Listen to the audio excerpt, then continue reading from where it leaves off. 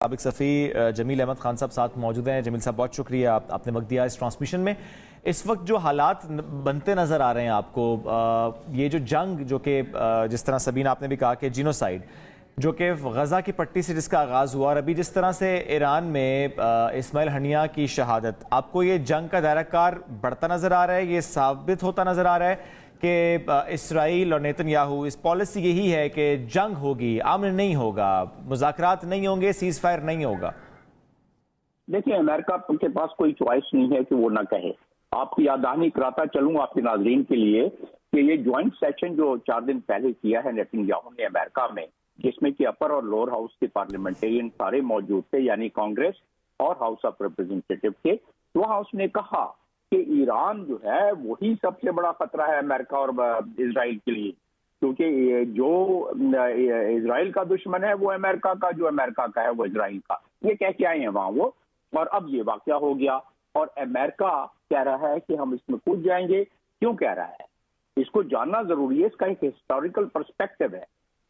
جہاں وہاں کی فارن پالیسی امریکہ کی اسرائیل کے معاملے میں کنسسٹنٹ رہی ہے، الفاظ چینج ہوتے رہے ہیں، بائیڈن کی اور ٹرمپ کے الفاظ چینج ہو جائیں گے، ٹرمپ بڑا ٹف بولے گا، فیور میں بولے گا، لیکن فارن پالیسی وہی رہتی ہے۔ اب فارن پالیسی کیسے بنتی ہے وہاں؟ وہ اس طرح بنتی ہے کہ وہاں اسرائیلی لابی ہے، اسرائیلی لابی نے ہر کانگریس مین کو قابو کیا ہوا ہے، وہاں ہمیشہ سے کرتے ہیں، اور وہ تمام جتنے بھی فیصلے ہوتے ہیں وہ انفلوئنس کرتے ہیں۔ تو کوئی بعید نہیں، کیونکہ امریکہ کے بحری بیڑے ادھر ہیں، امریکہ کے بیسز ادھر ہیں، اور امریکہ اس میں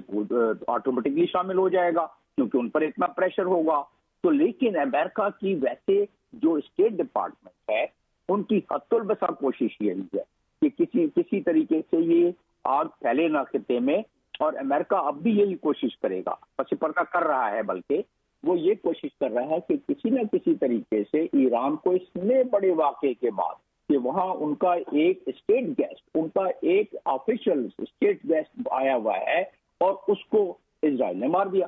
اور شہید کر دیا، تو ایسی صورت میں کسی اسٹیٹ کی قومی وقار، ساورنٹی اور انٹرنیشنل لا کدھر گئی؟ تو ایران نے تو حملہ کرنا ہی کر رہا ہے۔ اب امریکہ اپنے تمام الائز کے ذریعے اور ایران کے دوستوں کے ذریعے کوشش کرے گا کہ کسی نہ کسی طریقے سے ایران کو راضی کرے کہ حملہ ضرور کرو، جیسے پہلے انہوں نے کیا، اسرائیل پر کئی سو میزائل داغے، تو وہ کریں گے کہ بھائی تھوڑا سا اس دفعہ زیادہ کر کے اور خاموش ہو جاؤ، کیونکہ اگر تم نے ان کی سویلین پاپولیشن پہ اور تل ابیب پر حملہ کیا تو اس میں پھر یہ جنگ چل جائے گی اور امریکہ کو کودنا پڑے گا۔ اس لیے امریکہ کہہ رہا ہے کہ ہمیں آنا پڑ جائے گا، ہم شامل ہو جائیں گے۔ اس کا مطلب یہ ہوا کہ خطے کے تمام ممالک، بلکہ دنیا کے تمام ممالک، وہ اس پر اس کا اثر ہوگا۔ ابھی یوکرین جنگ سے ہی جان نہیں چھوٹی ہے، پاکستان سمیت تمام ممالک اس سے افیکٹڈ ہے معاشی طور پر، دوسرے طریقے سے۔ اگر یہ ہو گیا تو پاکستان تو بہت ایسا، پاکستان جیسے ممالک وہ تو بہت اس سے پریشر میں آ جائیں گے، اور پاکستان نے تو ہمیشہ اس پہ اپنا بہت ہی اسٹرانگ موقف رکھا ہے فلسطین کے بارے میں۔ اسماعیل ہنیہ سے ہمارے تعلقات ہمیشہ اچھے رہے ہیں، یہ ایک پولیٹیکل گروپ تھا، اور شیخ یاسین کے بعد اسماعیل ہنیہ ہی ہے جو کہ اپنے 3 بیٹے شہید کرانے کے بعد، بالکل اپنا خاندان شہید کرانے کے بعد کیسے انہوں نے اپنے عزم اور حوصلے کو بلند رکھا، اور ایران میں اب ان کو شہید کیا گیا، اور اس کے بعد حالات کس طرف کو جائیں گے اس پہ ہم بات کریں۔ جمیل احمد خان صاحب ساتھ موجود ہیں، ہم سے بات کریں۔